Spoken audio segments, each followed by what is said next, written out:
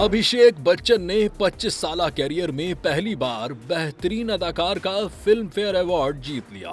भारतीय मीडिया के मुताबिक इतवार को 70वीं फिल्म फेयर अवार्ड्स की तकरीब मुनक्किद हुई, जिसमें अभिषेक बच्चन ने बेहतरीन अदाकार का अवार्ड अपने नाम किया। अभिषेक बच्चन को ये अवार्ड 2024 की film I want to talk में शानदार अदाकारी पर दिया गया। अपनी 25 साल फिल्मी कैरियर में अभिषेक ने पहली बार बेहतरीन अदाकार का फिल्म फेयर अवार्ड हासिल किया है। इस मौके पर अभिषेक बच्चन जज्बाती नजर आए। स्टेज पर आकर अदाकार ने अपने खानदान, खास तौर पर अपनी अहलिया ऐश्वर्या राय बच्चन, बेटी और वालिदैन का शुक्रिया अदा किया। अवार्ड जीतने के बाद अभिषेक ने अपनी तकरीर में कहा कि इस साल मेरे फिल्मी सफर के 25 साल मुकम्मल हो गए हैं और मुझे याद नहीं कि कितनी बार मैंने ये अवार्ड जीतने की तकरीर की तैयारी की थी। ये हमेशा मेरा ख्वाब रहा है।